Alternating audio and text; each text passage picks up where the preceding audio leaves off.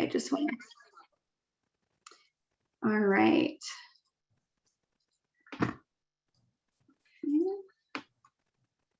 Sorry, guys, one moment. Okay. So as we get started, it's important to know that while we're talking about fire prevention today, there are a lot of possible emergencies in our Mendocino community. And those emergencies include earthquakes, tsunami, flood, wildfire, severe weather, slope failure, pandemic disease, and public safety power shutoffs. Many of us are familiar with about half of those things on this list. So while we're going through today, it's important to know that we are talking specifically about fire prevention, preparedness, and post-fire resources, but some of this may also pertain to those types of emergencies as well. So before we get started, I'd love to just have everybody introduce themselves. I'm going to stop sharing the screen for a moment as we have all of our panelists tell you who they are. So first up,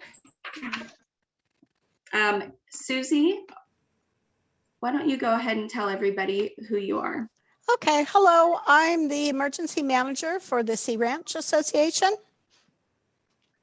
Thank you. We also have Deborah, go ahead. Good afternoon, everyone. My name is Deborah Lane, and I am the Compliance and Safety Officer for Redwood Coast Medical Services. Thank you, Deborah. And Bonnie? Hi, good evening. Oops, unmute myself. Hi, good evening. I'm the volunteer fire chief for the North Sonoma Coast Fire Protection District, and that's the northwestern corner of Sonoma County, covers Sea Ranch, Annapolis, and Stewart's Point. Thank you, Bonnie. Jason? Hi, my name is Jason Warner, South Coast Fire Protection District Fire Chief. We cover Wallala and Anchor Bay. Perfect. And Sheriff Kendall? Hi, I'm Matt Kendall, Sheriff of Mendocino County. I'm glad to be here this evening. Thank you for the invite. Great. Misty? Hi, good evening. My name is Misty Wood. I am the Community Engagement Liaison for the Sonoma County Sheriff's Office. Thank you, Misty. Sam? Hi, I'm Sam Wallace. I'm the Community Alert and Warning Manager for Sonoma County Department of Emergency Management. Thank you, Sam. Next, we have Brent. How you doing, everybody? Brent Blazer, Mendocino County Emergency Manager for Office of Emergency Services. Thank you, Brent. And next, we have Kendra. Hi, everyone. My name's Kendra, and I work with Nation's Finest as a crisis counselor for those impacted by wildfires. Perfect. And I am looking for Adrian. Oh, here we go. Sorry, let me put you on a spotlight. Hi, everyone. I'm Adrian, and I am a crisis counselor program coordinator for Nation's Finest, Sonoma County. Perfect. All right, so we're going to go ahead and get started, and just want to say thank you to everybody for making fire safety such a priority today for not only yourself, but also for our community. So let's go ahead and get started.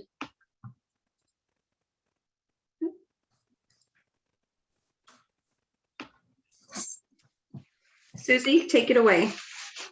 All right, thank you very much, Ms. Lane. Welcome, everyone.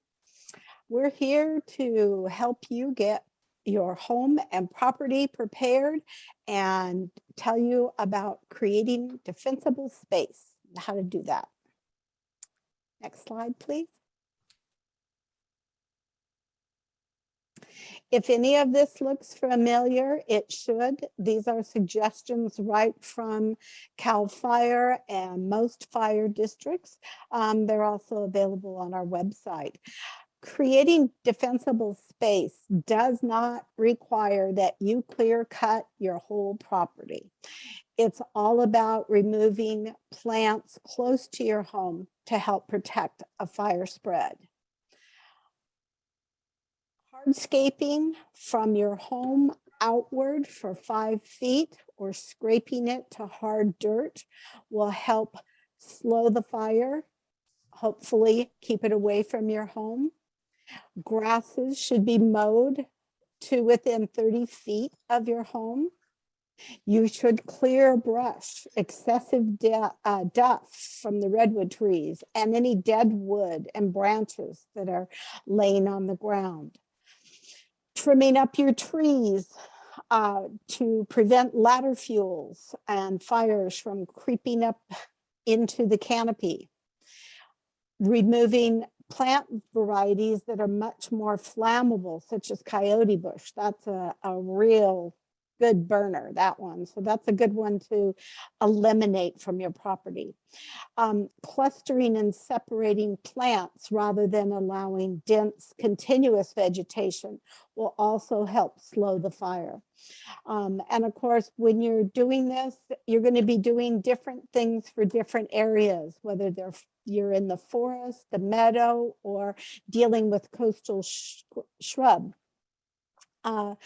They all require different strategies for creating defensible space. Next slide, please. The experts say preparing your home in this manner will help keep the fire away from your home. Covering your attic and foundation vents to keep sparks out. The recommended vent size is 1/16 to 1/8 metal mesh. That'll keep any embers from getting inside the home. Of course, keep your roof and your gutters clear of debris. The fire department would appreciate it if you have a ladder set up at your home leading to a second story or the roof in case they have to defend from those areas. Having a good water source easily accessible for fire engines to top off their tanks. So leaving a garden hose connected in full sight.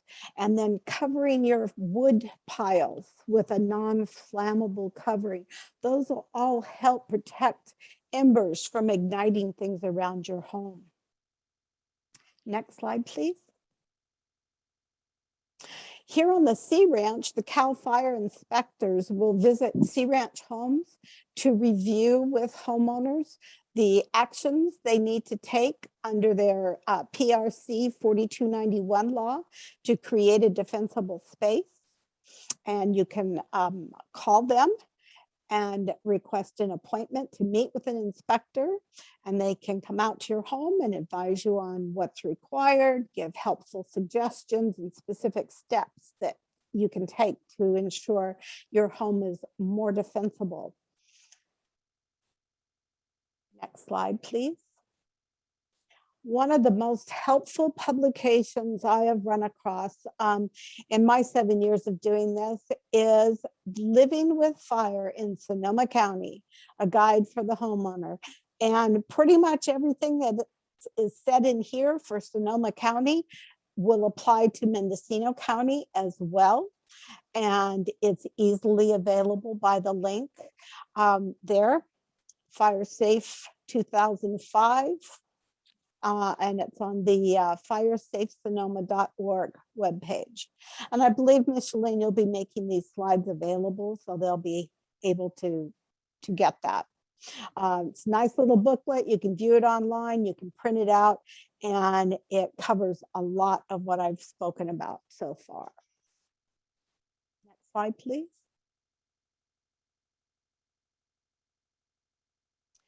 Okay, now the down and dirty supplies. What should I take?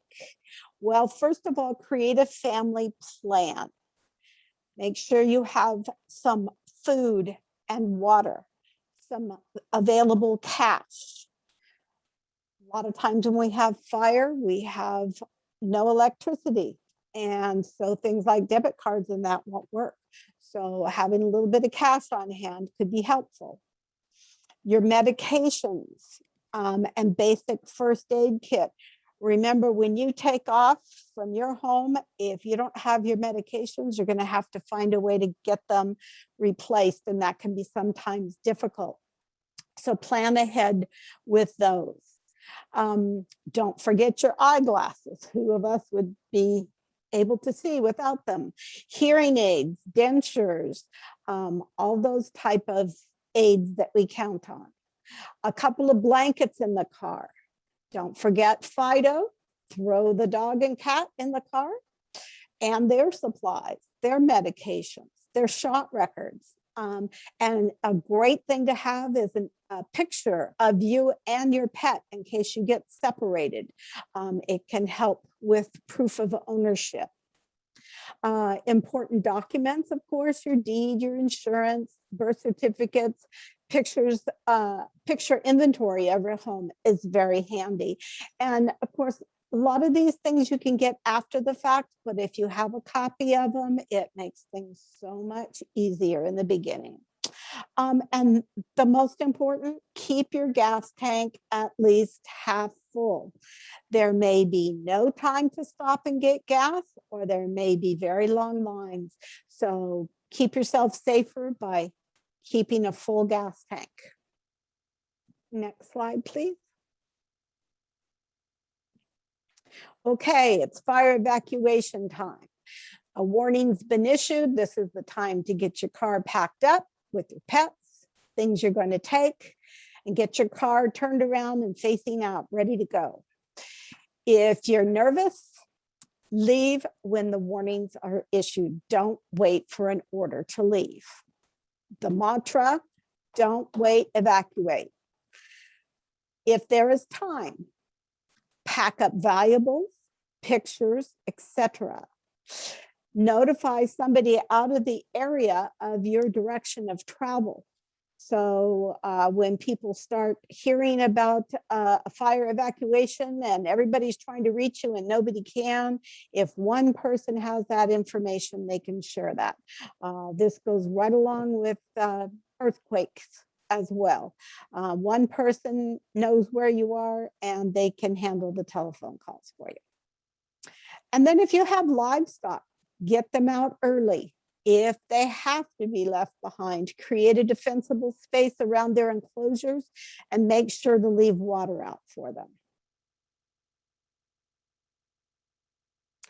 And then a slide where you can get all this wonderful information that I've shared from CAL FIRE and their two websites. Mendocino County has a number of great sites. Their Mendo Ready has all the information and suggestions that they give, signing up for their alerts, which you'll hear more about.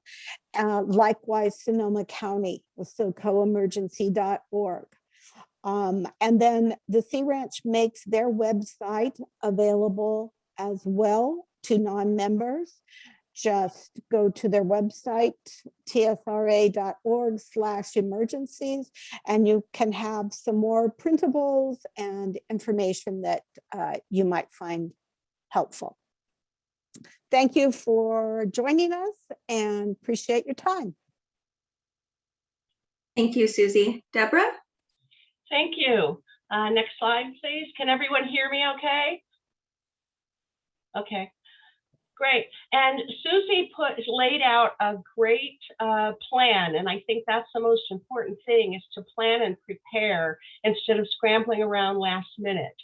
I'm going to focus on your medical to-go bag contents.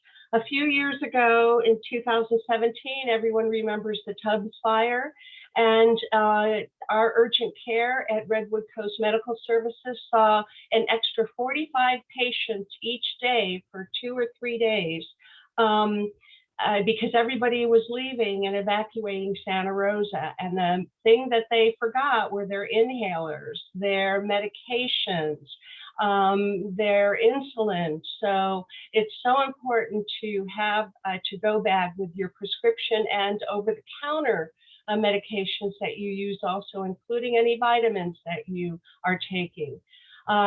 Susie mentioned eyeglasses, maybe an extra pair, hearing aids. Have an emergency contact list aside from your phone that's not in your phone. And again, let people know where you're headed.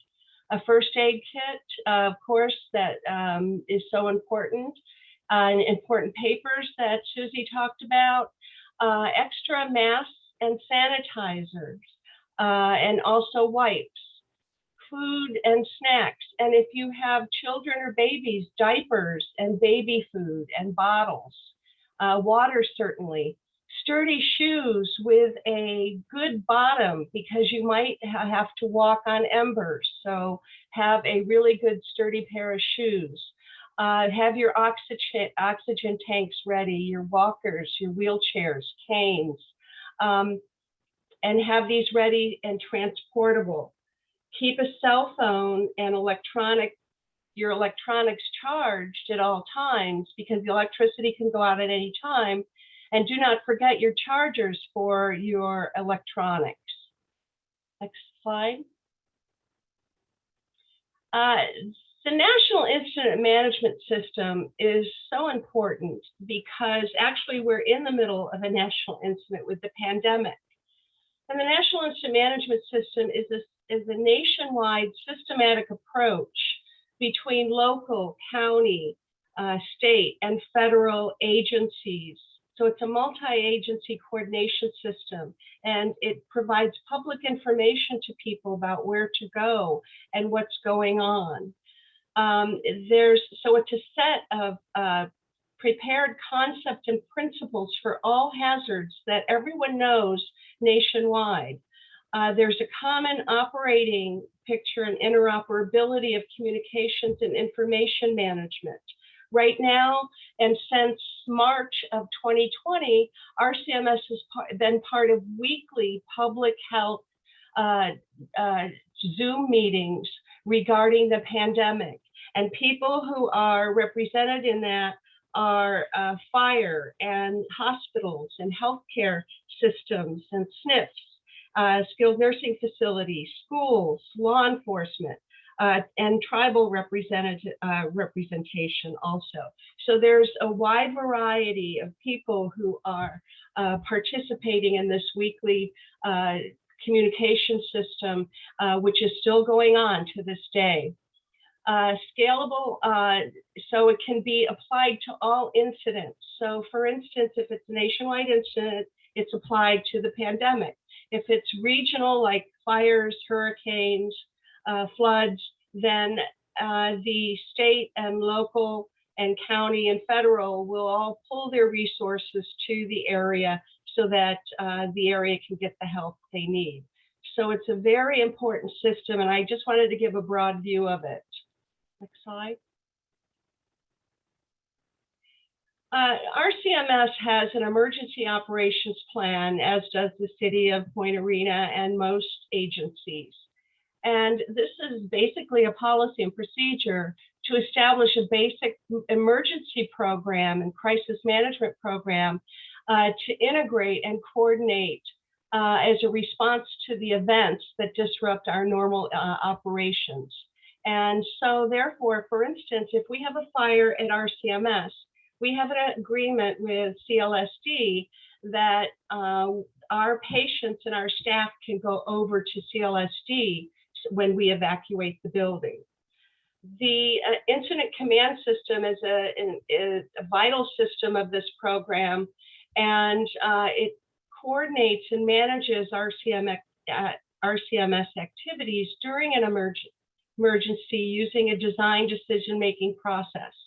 And that process is one, mitigation, preparedness, response, and then recovery. And there's steps for each one of those. The incident commander for Gualala is Chief Warner of the South Coast Fire Protection District. I'm sorry, I got that wrong. I can't keep up with the name changes, but it is the South Coast Fire Protection Services. And then the incident commander would coordinate with RCMS medical staff for triage and treatment of the injured.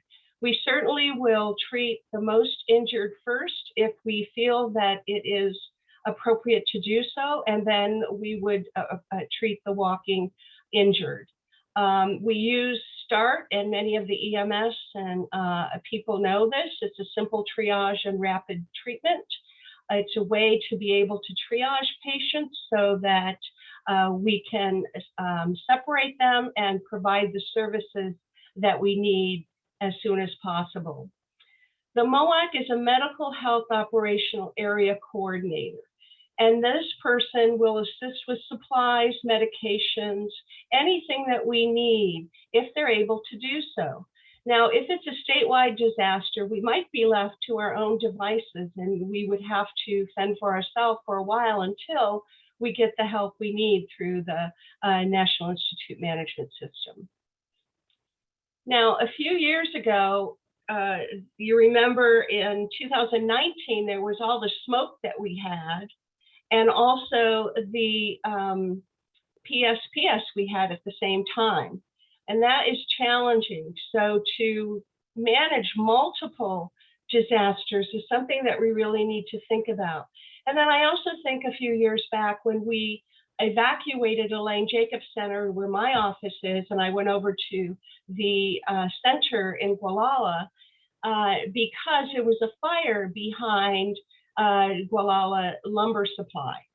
And I remember it was a Tuesday, and the Saturday before that, it was the windiest that I've ever experienced out here. And if it happened to be as windy on that Tuesday as it was that Saturday, Gualala, you know, we would have to evacuate all of Gualala ASAP. So it's something to really think about. So you really need to plan as if you only have minutes to evacuate. So make sure that you have all the things that we've talked about in place. Making a plan is the most important thing.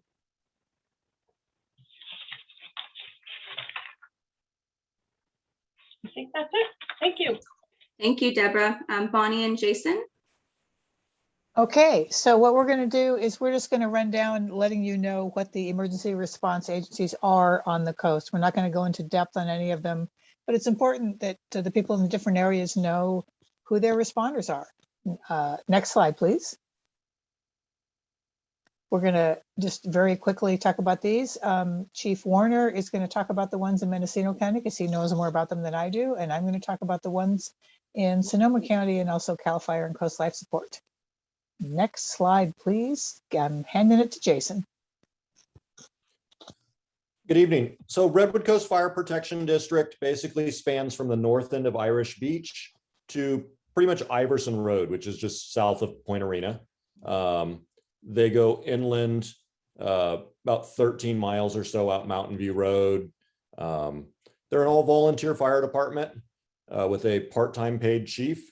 They have 3 stations. They have stations in Point Arena, Manchester, and Irish Beach. And the fire chief for that area is Fire Chief Mike Suddeth. If you have any questions for that department, their telephone number is 707-884-1833, and you can leave a message and get in touch with them. Next slide, Mitch. My district is the South Coast Fire Protection District. And we basically cover from Iverson Road, where Redwood Coast ends, down to the Mendocino Sonoma County line. So we cover all of Wallala and Anchor Bay. We're primarily a volunteer fire department with a part-time paid chief. Have a total of 4 stations throughout the Wallala, Anchor Bay, and the Ridge areas. Currently have 33 different volunteers that are all there to help when necessary. I am the recently appointed chief, and we're an all-risk department. We run a lot of calls and we support the mutual aid system as much as we can, which is going out and helping other agencies when they're having things. We run mutual aid and automatic aid with North Sonoma Coast Fire and Redwood Coast Fire. So anytime there's a fire of any type or an ocean rescue, when they're dispatched, we're dispatched to go assist as well. And go ahead, Bonnie. Well, next slide. This is just showing the geography of where the area covered by Redwood Coast and South Coast. You can see it, especially Redwood Coast, it covers a really large area, but both departments respond freely into the other department's area because mutual aid is very important on the coast. Next slide. Okay, so North Sonoma Coast Fire Protection District is the newest fire district on the coast. It was formed in 2016, and it covers the northwest corner of Sonoma County, Sea Ranch, Stewart's Point, and Annapolis. We have about 20 volunteers right now. We also have, we are very fortunate to be able to have a contract with CAL FIRE, so that we contract with CAL FIRE to provide at least 2 career firefighters at the Sea Ranch Station on Annapolis Road 24/7. We have 2 stations on the Sea Ranch, and you've probably all seen them. I'm sorry, my voice isn't working. The CAL FIRE station on Annapolis Road, and then the volunteer station that's along Highway 1 right next to the chapel. And then we have 2 loosely called stations. They're actually just metal garages, but they house apparatus that are in different places in Annapolis, so that we have apparatus scattered over our whole district. I'm the volunteer fire chief. And I think that's probably it for North Sonoma Coast right now. Next slide. The next district down the coast is Timber Cove. They cover the coast from the northern border of Salt Point State Park down to Fort Ross and various places inland. They cover 17 miles of Highway 1, and they really get the brunt of trees on Highway 1 and accidents on Highway 1 and cars over the bluff on Highway 1. They are an all volunteer fire department. They have 16 volunteers right now. And their main station is up on Seaview Road, right by the intersection of Seaview Road and Timber Cove Road. And their fire chief is Eric Lynn. Next slide, please. And the southernmost agency on our part of the coast is the Fort Ross Volunteer Fire Company. Their area is entirely inland. It doesn't come down to Highway 1, but it's very large. I think I just found out today, I think it's 53 square miles. And they cover the area east of Timber Cove, all south of where North Sonoma Coast stops, and then all the way down to Cazadero. They're not an independent fire protection district. They're a volunteer fire company under the control of Sonoma County and an organization called North Bay Fire. They do have 4 stations. 3 of them are really just garages, but they're scattered over because they have a very large area also. And they are all volunteer, and their fire chief is Steve Shane. Next slide, please. So just to give you an idea of the territory covered, you can see the green area is North Sonoma Coast. That's 172 square miles. And this is a spare map. It just shows, just to give you an idea, like where Annapolis Road and Stewart's Point Skag Springs Road is. And then to the south of that, Timber Cove and Fort Ross. Also to the east of North Sonoma Coast is a fire district with the same acronym, Northern Sonoma County Fire Protection District, and they run from the border with our district all the way to the eastern edge of Sonoma County. Next slide, please. Another agency on the coast is CAL FIRE. There are 2 CAL FIRE stations in Mendocino. One of them is a station in Point Arena, and that's a seasonal station. It's only staffed during fire season. And it should be staffed most of the time during fire season, but just depending on what's going on, sometimes there's not an engine there even during fire season. For example, when the state was really severely drawn down this year with all the with the Caldor fire and the Dixie fire and all that, there were periods where there wasn't an engine there. But usually there is one during fire season, not otherwise. And our station in Sea Ranch, we're really fortunate to have year-round staffing because of the contract with North Sonoma Coast. And they also have an additional seasonal engine there. So the CAL FIRE people that are in Point Arena and Sea Ranch are the only full-time career firefighters on the coast, and in particular the 2 that are hired by North Sonoma really are the only ones there all year round, from Irish Beach all the way down to Jenner, all the way down to Bodega Bay. So we're really glad for the CAL FIRE coverage that we do have. Next slide, please. The other emergency response agency on the coast, which you all know, is Coast Life Support District. This is the district that supports air ambulance service in our, ground ambulance response on the Mendocino coast. They keep 2 ambulances staffed as advanced life support, which means they have at least 1 medic on board and an EMT. They are staffed 24/7, and their central quarters is right in Wallala, right across the street from RCMS. They have an enormous response area, covers from Fort Ross to Irish Beach. It's something around 750 square miles. I have their website URL there. Next slide, please. And just to give you an idea, the orange section here is the official area that Coast Life Support District covers. And they actually cover a little bit beyond those boundaries because they may respond outside the boundaries if necessary. But it's really an enormous area. Next slide. Coast Life Support has the longest in terms of both time and distance response, transports to hospitals of any agency in the state. And that can be hard sometimes. And so once in a while, when we have a real emergency, it's really great to be able to have air ambulances. There are two main companies that respond as air ambulances, Reach and CalStar. Once in a while, we'll get another one. If Reach and CalStar aren't available, it's very unusual, but once in a while we might from far away.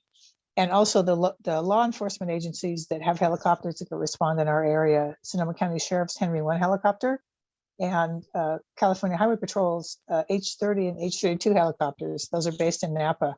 They can often come and help out when we can't get an air ambulance, and they have additional capability. They're not just patient care, but they can do long line rescue and help with recovery, with search, with finding fire starts, maybe helping us find, if there's a smoke column somewhere and we don't know exactly where it is, they might be able to help us figure out where the fire is. So we are really glad to have them when we can get them. Next slide, please.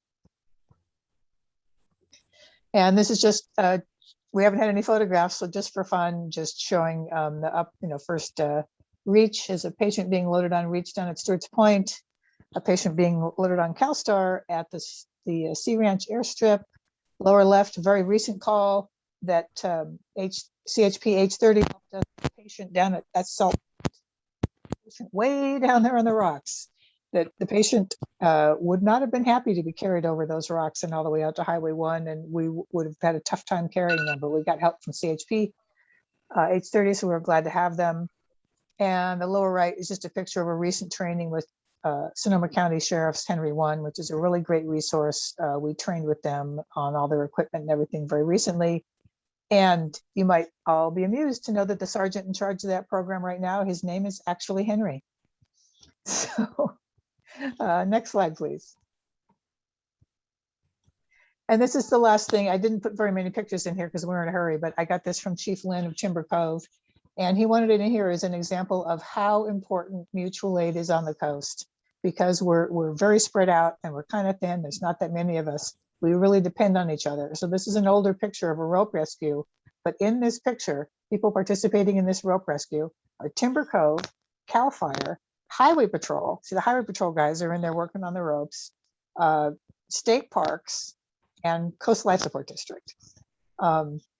And that's just the kind of thing that happens here on the coast that we're very grateful for. We go back and forth into each other's territories and we help wherever we need to.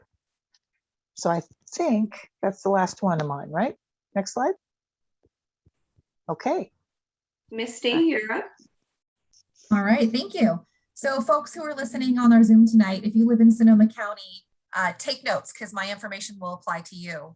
The Sonoma County Sheriff's Office role during a fire is evacuations. And so what that means is issuing evacuation warnings and orders, helping you evacuate, maintaining the security of those evacuation zones while you're gone, and then lifting orders and warnings when it's safe to do so. So the first thing I want to talk about is evacuation zones. These are predetermined geographic areas that we use to really easily identify the areas that need to evacuate. This is something that we implemented really after the Kincaid fires when we started this. So it's really important to know your zone because when you hear that emergency alert, you'll know right away whether or not it applies to you. Finding your zone is really simple. The address is on the screen here, socoemergency.org/evacuation-map. You can enter your address on the text box and your zone number pops up. Write down your zone number, that's the most important piece, somewhere where you won't forget it in your phone, on the fridge, whatever works for you, so that you can have that at hand during the next disaster. Next slide, please. If you prefer to look at the map instead of the text box, that's also a nice way to get some context. This is a screenshot of the search that I did for I believe it's the CAL FIRE station at Sea Ranch. So you can see where that Cal Fire Station is located is within the blue area there, and you can see the adjacent evacuation zones nearby. What's nice about having the map is you can get a little bit of context during an emergency. If you hear evacuation orders coming out by zone, you can look at the map and get a sense of how close or far away you are from the threat. Next slide. Evacuation tags are another relatively new tool that we have to help facilitate evacuations more quickly. You can get your evacuation tag at any of the places listed on the screen. So we work really closely with all of our fire partners, as you heard about mutual aid. So you can find your evacuation tag at the Sea Ranch and the Cal Fire Station, also at the Sea Ranch Association. And you can get them also through our deputy, Greg Myers. He's the coast deputy there up in North Sonoma County. If you have a group that's looking for an evacuation tag, you can send an email to the address on your screen, and we can make sure that we get a group of tags to you for distribution.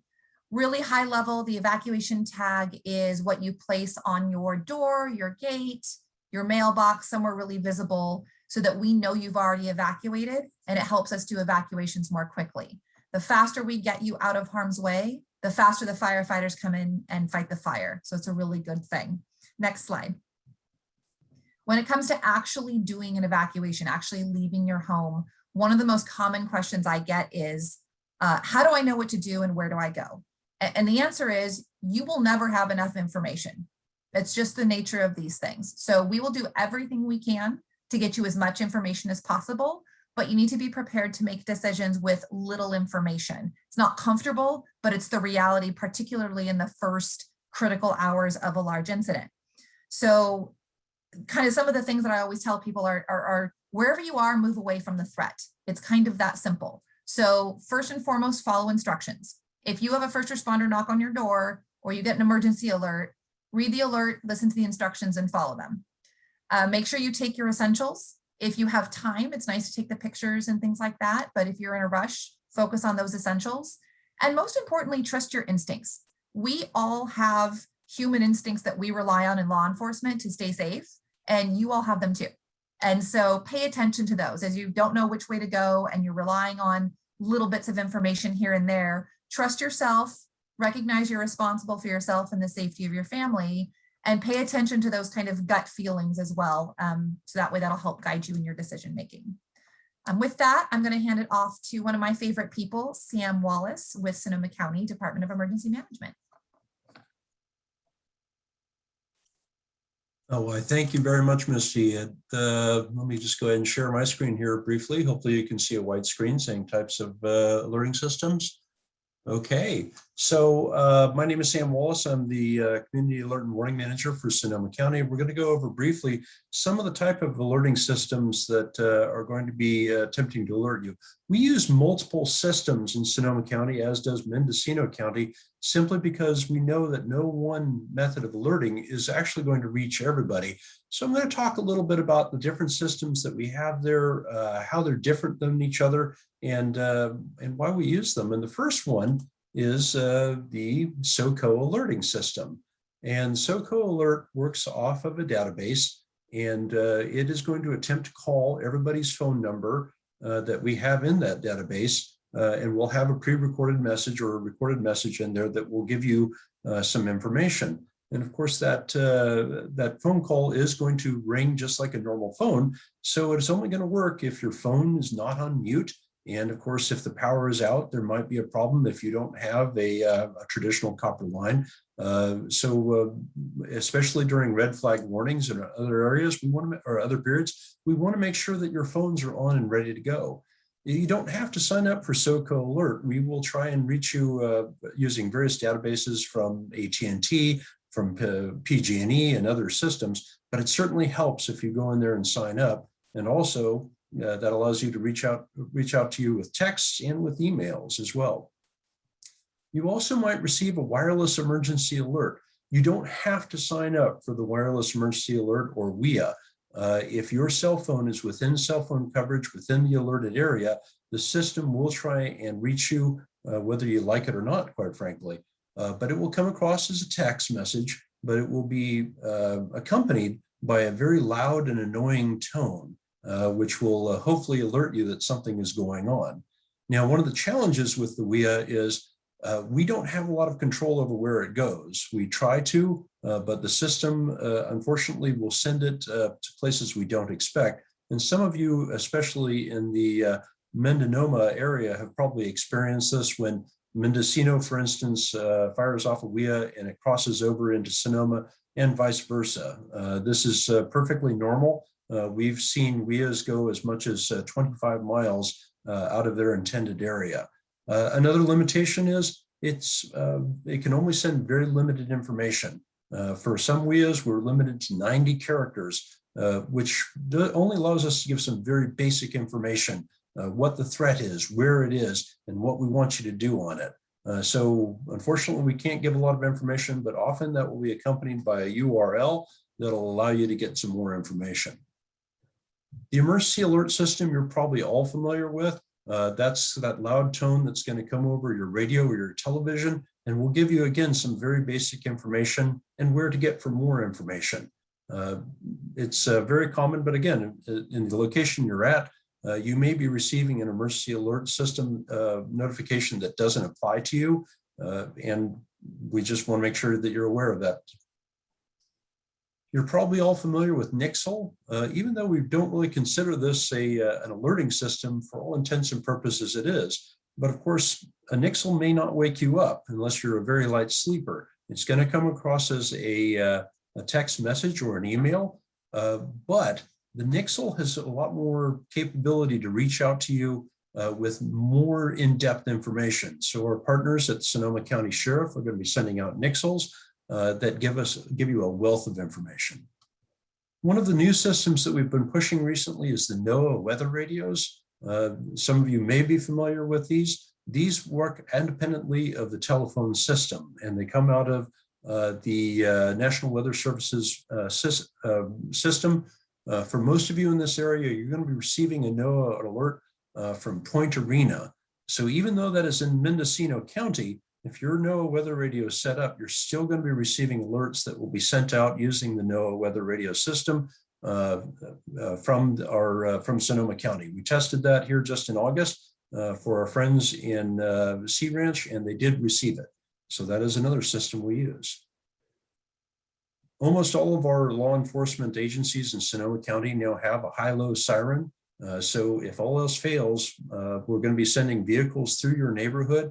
The sheriff will, that will have that distinctive European siren sound. And that's your signal that something's going on. You need to get information and probably need to get out.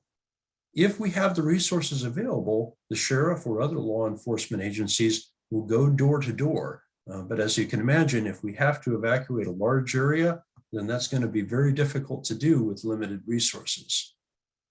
And the last one I urge everybody to use is neighbor to neighbor. All of our systems have limitations. And so there isn't 100% chance that everybody in the area will get it. And so I encourage everybody to be familiar with who your neighbors are and talk to your neighbors ahead of time so that if you do get an alert, you can check your neighbor and make sure that they've gotten it as well. That's a really brief overview on the systems that we use. There's a lot more information, and I have a lot of videos up on socoemergency.org that can help you understand better what your alert and warning systems are. And of course, you can sign up for alerts. That's about all I have. I'm going to turn it back over to our event coordinator.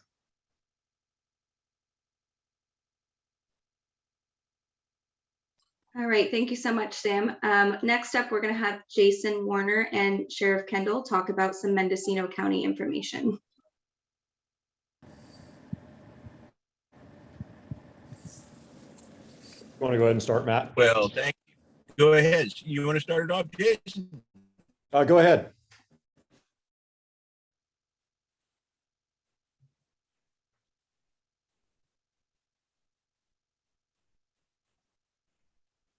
Looks like Sheriff Kendall is frozen. Jason, do you want to hop in there? I'll go ahead and give it a start to get going. So from all fire departments, we all have three priorities that come to the top every time, no matter what the incident is. And the first one is life safety. our lives, your neighbors' lives. Our biggest goal is to protect life. Then we step down to property, houses, that type of a thing. And then we jump to the environment. So one of the biggest things with evacuations is if you get out, that allows us to go work on fighting the fire, dealing with the emergency at hand, and not having to take care of evacuating everybody individually. So the more that you folks can help us with the evacuations, the more effective that we can be through the disaster process. Mendocino County, very similar to Sonoma County, is broken into evacuation zones. This was kind of Matt's part of the talk, so I'm gonna just try to wing it unless he comes back. And I believe that Brent later on in this presentation will be able to get into the zones themselves. We've gotten evacuation tags. I have some both from South Coast Fire and from Mendocino County Sheriff. Those are available right now at South Coast Fire Station in Wallala, and we'll be distributing them to Redwood Coast as well. So available at the stations in Point Arena and Manchester. Just like with Sonoma County Sheriff, if you have groups that would like those distributed to, get in touch with us. We'd love to get them out. They're a huge resource to notify us again that you guys are out so that we can protect more, go to work harder on the emergency at hand. You back with us, Matt? I believe that I am. Can you folks hear me? Yes. All right. Well, I had to switch over from my iPad to my phone, so it's going to be a little bit tougher for me to read the fine print, although I have my big glasses on. So as Chief Warner was talking about, we have those fire evacuation tags. Those are available at all the fire departments as well as the sheriff's office. Mendocino County evacuation zones. Brent Blazer can speak a little more to this than what I can, but when we initially have an emergency, most of the time, our IC, our incident commander, is going to, the sheriff's office incident commander is going to partner up with the fire incident commander. We're going to rapidly build a box, and we're going to throw that information out as fast as we possibly can.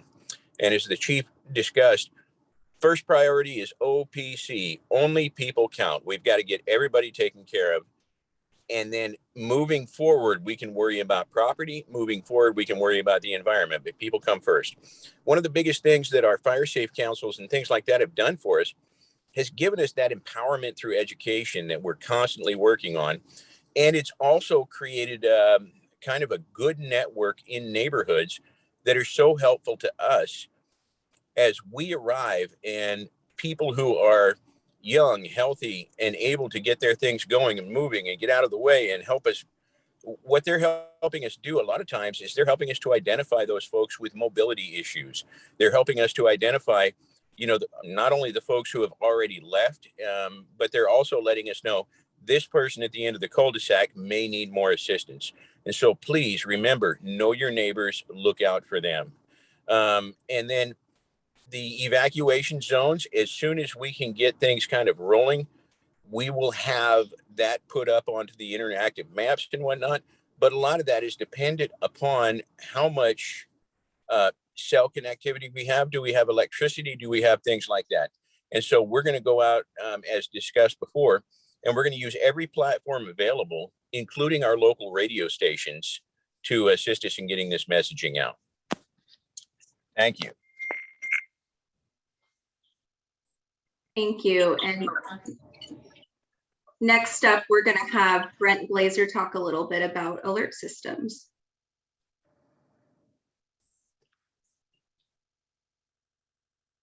Can you guys hear me okay? Yes. I apologize. This evacuation slide is actually for Sheriff Kendall. Some of the touch points here real quick was just kind of understanding the difference between warnings versus orders. We try to standardize the terminology across the state. And so when you see any sort of messaging that says warning, that's saying that, you should prepare or start to be ready to leave the area, versus when you see an evacuation order, that's where the community, it's time to go. You have to go. You're going to hear the sirens and all these different things, HighLows, but there's really no decision point at that point. Like the sheriff said, the Know Your Zone, we did a campaign this last year as we rolled out the evacuation zones. If you were to go to mendoready.org, right there on the website has links to Know Your Zone. It's essentially a Google map that when you click into it, you can search for your address and it'll pull you into your address, and then you can see which zone you fall into. Again, one of the challenges that Mendocino that we have is it's such a big county, and so first we have to figure out from law enforcement and fire what the area is that's being impacted and which zones, or if it's even big enough to draw that many people out of their homes and such. So, initial communications is kind of the key. And like Misty said, never hesitate, never wait. It takes us time to figure out what's going on to get that messaging back and to send that out through dispatch and or emergency management. Some of the extra things I think the sheriff wanted to touch on was essentially we try to simplify it on our website. The 6 P's for evacuation, people and pets. And these are basically the immediate evacuation requirements. Have your papers, your phone numbers, and all those things. Prescriptions, pictures, personal computer is really important nowadays because you have so much data on there. And then plastics such as ATM cards and such.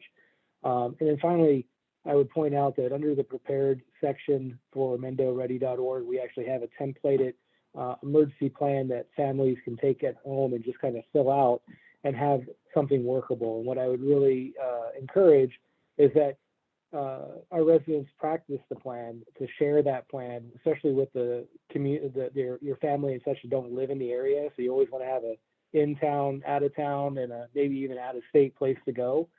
And then to constantly update that plan. Could you go ahead and go next slide? Thank you. So I don't want to really dive down too far into this. I think Sam did a great job. We use essentially all the same systems. I would point out that along the coast, we also have some sirens that are tsunami and such. And then also the Sheriff's Department has we have a mobile LRAD siren that we sometimes replace depending on if we can get out in front of the fire, especially like last year with the Oak and August fire. So we have a couple mobile devices too, but essentially if you hear sirens, it's time to go. So we use a lot of the same systems. What I do want to touch on is that, like Sam mentioned, we have a lot of message bleed over. He can send messaging in Sonoma County, especially to people who are registered for his accounts. But if you're in Mendocino County, you kind of have to be listening to the right radio channel, if you would, right, the right station, because we might have a different situation going on, right, and different resources available. And so I would just really encourage residents to kind of take note of what side of that county line. And sometimes we have to actually coordinate our messages because I don't have permissions to send messages across that county line in our systems. That's kind of like, basically like for WIA and stuff like that, I'm not able to, for wireless emergency alerts, I shouldn't be able to activate cell towers across jurisdictional lines. Also keep in mind that a lot of NOAA weather radio type stuff actually gets activated for us. It gets activated from National Weather Service. So they get a lot of great information from weather to civil authority warnings and such. And lastly, what I'd like to really point out is I get a lot of people who think they're registered properly. You really got to go online, for at least for Mendocino County, and go to Mendo Ready and click on the link for Mendo Alerts for the Everbridge system and fill that information out, right? Do that registration online. And I would suggest that people do the same thing. There's another link for Nixle to actually register online for Nixle. And I say this because just sending in your zip code, sometimes you want to follow multiple agencies and you got to make sure you understand, who's publishing that information. Is that information coming from Sonoma County Sheriff, or is it coming from Mendocino County Sheriff? So you want to kind of be aware of that. Also with Mendo Alerts, I would point out to the public that you can carry multiple addresses in there. So if you want to make sure, sometimes we target certain areas of the county. If you want to get messaging for certain areas, you can actually plug in multiple addresses and such. So please make sure you register fully and not do just the abridged pieces. And if you have problems, by all means, call our office and such. And then also, with that said, make sure you're updating your registrations every year. I haven't heard anybody mention this. I'm going to bring it up. But if you're changing your phone number or your address, or you're new to the community, that's something that you should update every year to make sure that you know that you have the most current information. I hear that a lot from people, or they haven't done it in multiple years and they didn't realize they're not even in the system anymore. And then again, don't wait. Don't be wait to be told that it's a dangerous situation. I think we're all big people, and sometimes you gotta react rather than being wait to told. So that's all I have. But thank you. I'll be here for any questions.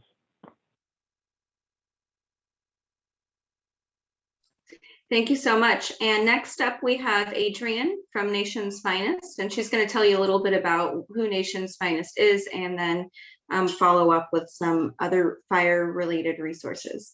Adrienne? Yeah, thanks, guys. And thanks for everyone that's still hanging on with us.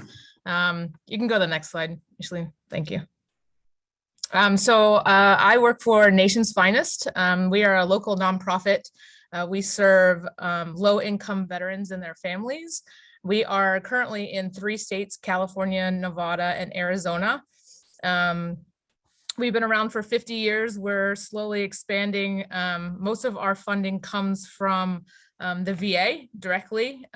We have about $45 million in grants to help out veterans and their families in those 3 states so far. So next slide, please. Thanks.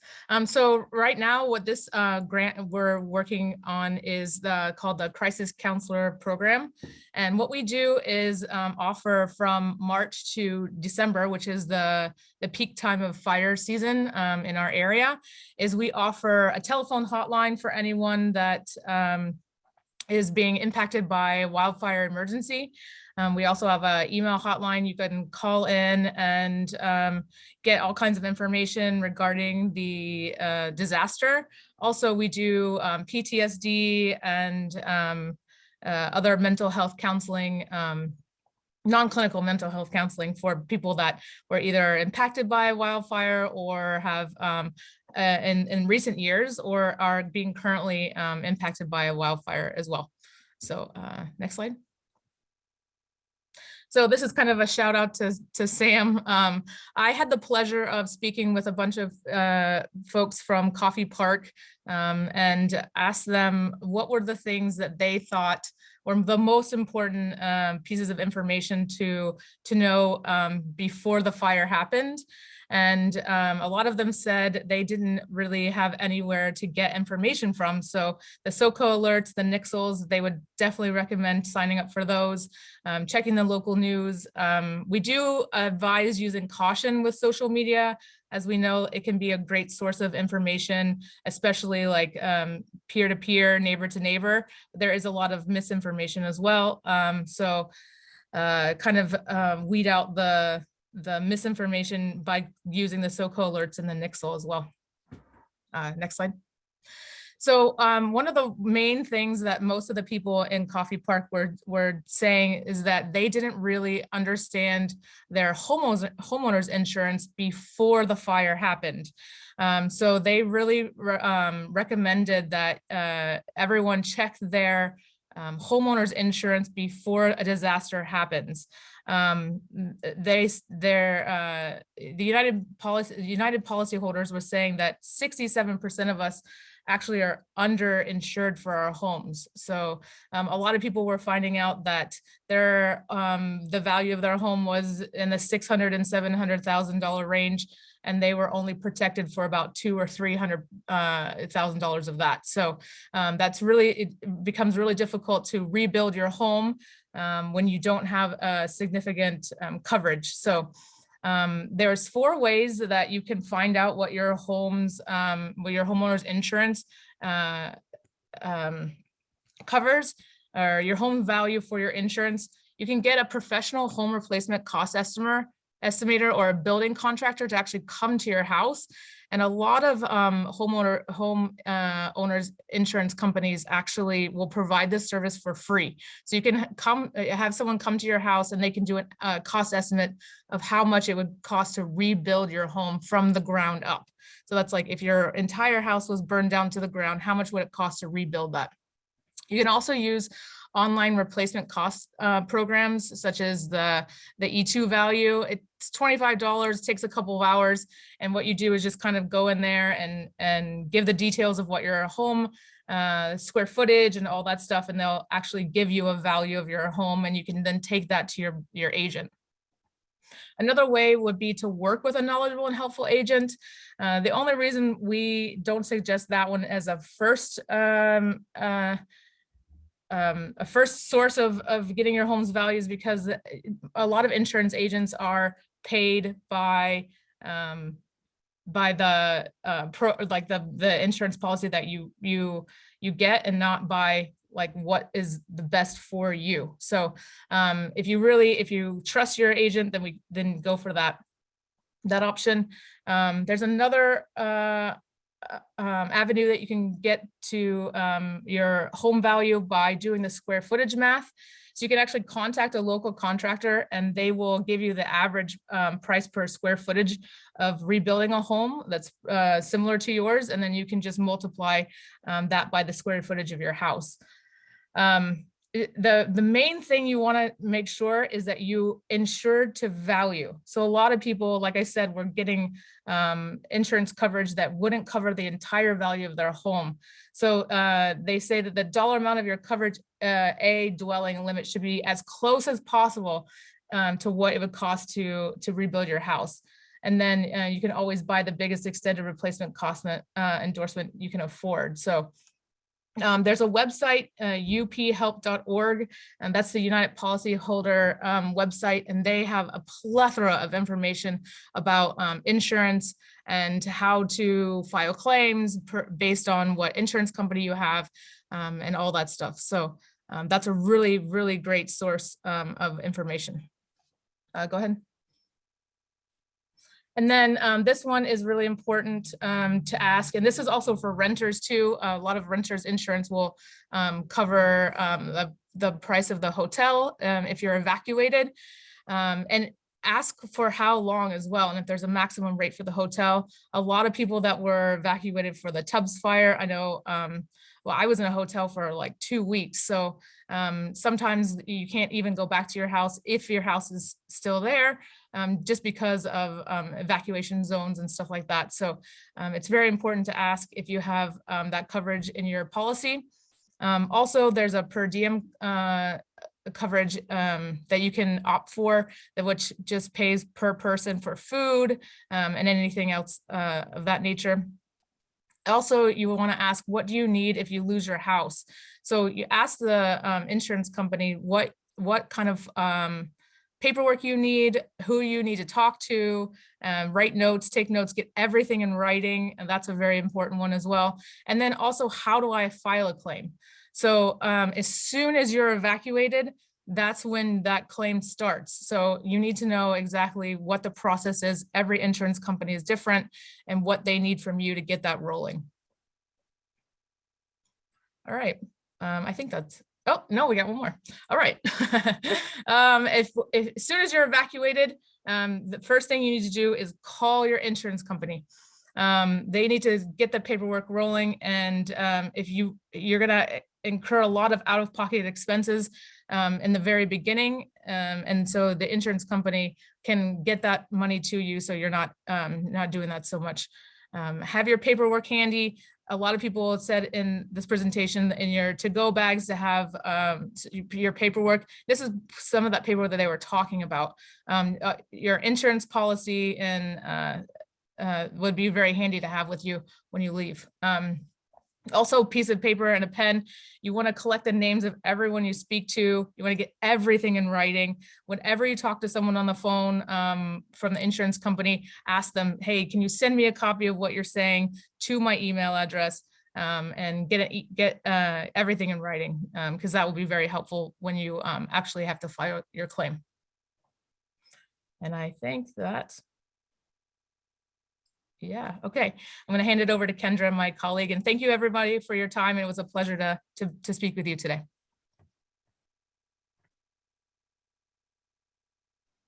Hi, everyone. I'm just going to touch base a little bit about keeping our animals safe. We prepare ourselves and get our go bags and everything, but we also want to think about our pets and livestock. So something to do with livestock and horses, make sure you have enough hay, feed and water for 3 days and supplements. Provide non-nylon leads and halters. The leather is best. Nylon can melt if it's close to heat. First aid items, wire cutters and sharp knives, a hoof pick, leg wraps, shovel, water buckets, plastic trash barrel with a lid, a portable radio, extra batteries, flashlights, proof of ownership, vaccination records, medical records. I found this, the website was the ready.org. It was listed earlier in the site, and there's a checklist. So you can print this off and have a checklist. It's super easy for you to have with your family. Considering our pets, you want to make sure you have a pet carrier for each animal. So if you have a cat and a dog, you want to make sure that those are all taken care of. 2 weeks supply of food and water, non-spill food and water bowls. They get squirrely. You don't want to knock that over, save it. A pet first aid kit, there's medications and the dosing instructions. Cat litter box and litter, plastic bags for waste disposal, paper towels, disinfectants, leashes, collars, harnesses, blankets, toys and treats, newspaper. Again, this stuff is all in this checklist, and it's so easy. It's so easy to forget. So it's nice to have that in front of you so you can just keep it prepared, and you can keep these items in a tote. Like I have an emergency prepared kit for my family, and we just have it in an easy, ready to go spot. Same with our documents, like in a binder, so we can keep that all together so you're not scrambling. Next slide, please. So some tips on evacuating. It was mentioned earlier, keep a clear defensible space around your barns, pastures, property, just as you would your home. Just plan ahead with your livestock and your pets.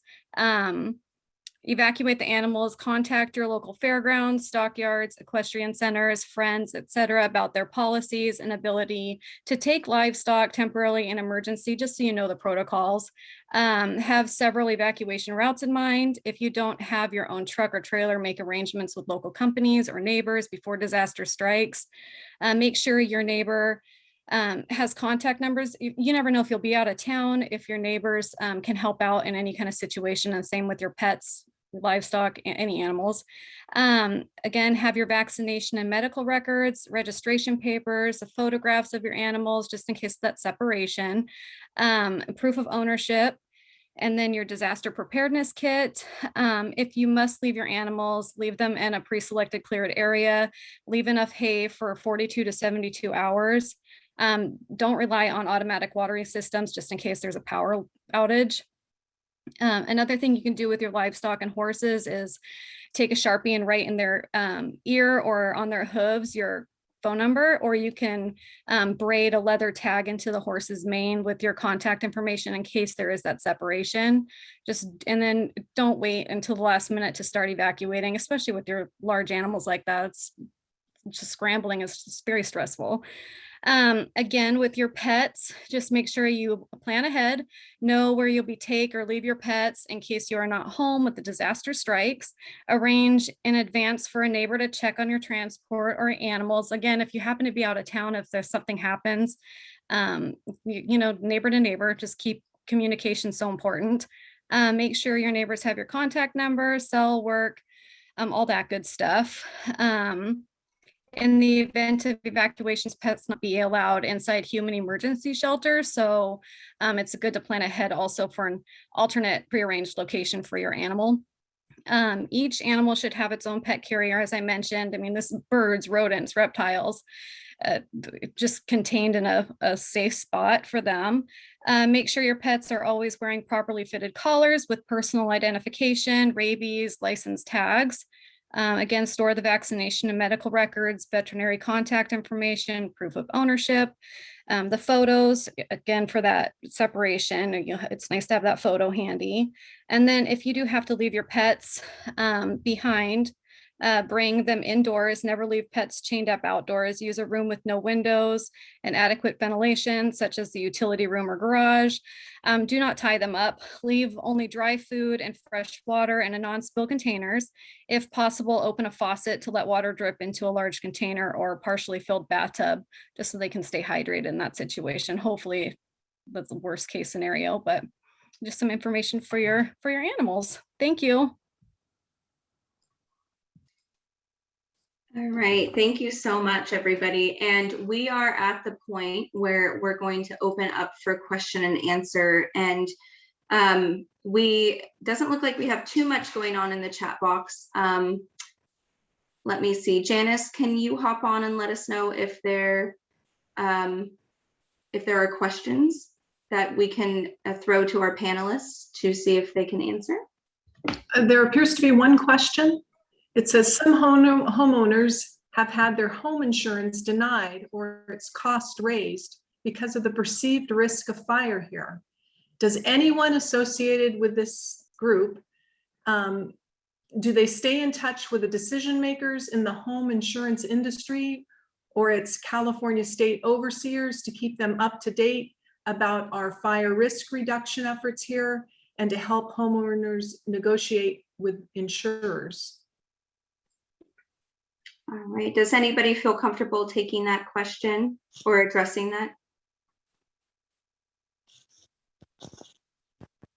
I can dabble in it a little bit, and then Bonnie, I think you guys had some information from Marshall that may be helpful at your meeting. But so I know from South Coast Fire, we work with the Insurance Services Office and go through annual reviews to try to keep our rating essentially down as low as we can.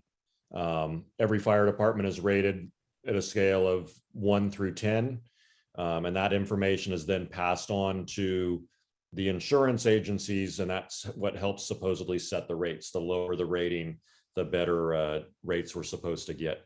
South Coast has gone through a lot of effort to get our rate lowered, and it's actually at a pretty good rating. However, it seems like the rates still go up. So I think the best thing to do is going to be to reach out to the assembly members for you as individuals, property owners, and start putting the bug in their ears because they have some powers that we don't.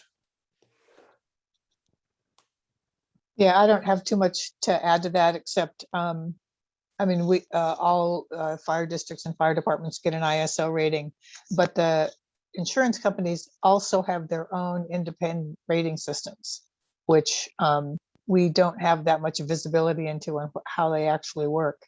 And so some of the things that individual homeowners can do is to really push back against an insurance company with information specific to their property. Because sometimes the decisions are made on a very broad brush basis.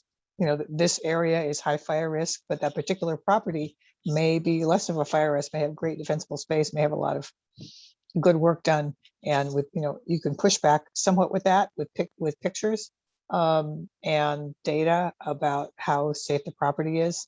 Also, just for homeowners, this doesn't apply to the whole coast, but on Sea Ranch, because Sea Ranch has a very forward-looking and very good fuel management program.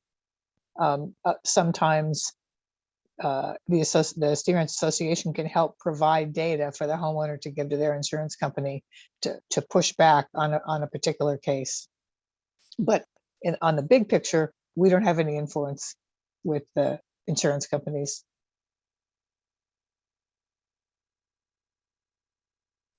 Within the chat box, this is Janice. Adrian has added a link specifically for those that want to get more information on that. UHelp or uphelp.org. So you can check that out in the chat box.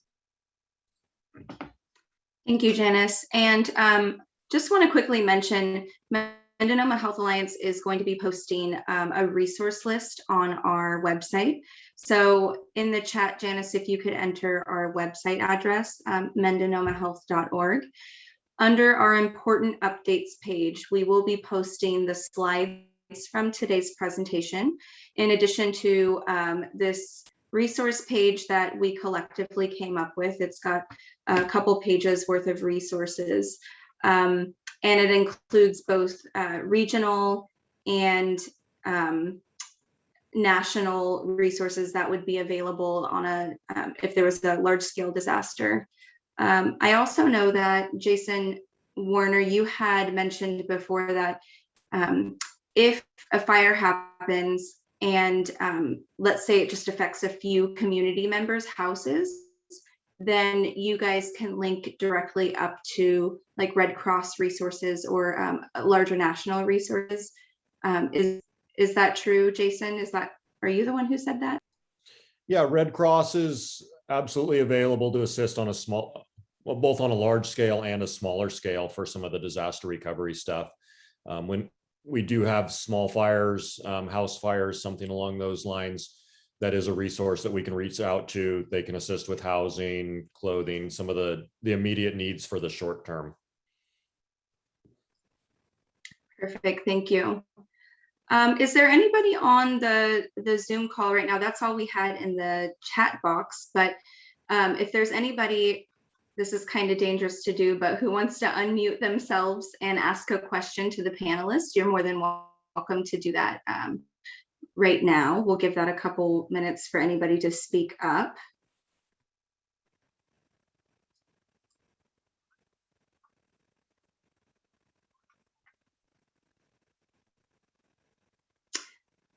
Not sounding like there's anybody there.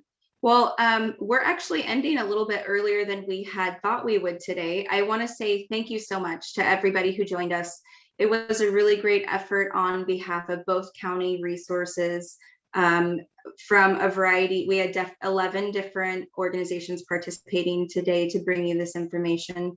Again, this recording is going to be available on Mendocino Health Alliance YouTube page. So if you want to share it with your friends and family, feel free to just go on youtube.com and search Mendocino Health Alliance. And then the other thing I want to mention quickly is if anybody has follow-up questions after we end here today, you're welcome to contact Mendocino Health Alliance directly and route your questions to appropriate people. And I'm just going to put in the chat box, our email address is info@mendocinohealth.org. And we accept all general questions and other needs at that inbox. So, and we respond as quickly as possible. So if you would like all of the slides today to be sent directly to you, please send an email to info@mendocinohealth.org. Otherwise, they will be available on our website. Anything else from the panelists before we close today? No, just thank you, Micheline, for pulling this together. And I'm glad it's being recorded because people may be a little, breathing a sigh of relief. We just got rain and they're not thinking about fire right now, but fire season is really almost year round, and in a few months we'll be right back in it. So it's good information. I know. Yeah, we were a little bit concerned on whether or not our fire representatives would be out on a fire right now when we had started planning this. So it was really great to not have to worry about that today. So, all right, thank you everybody so much. Have a wonderful weekend and stay safe out there. Thank you. Bye. Thank you, Micheline.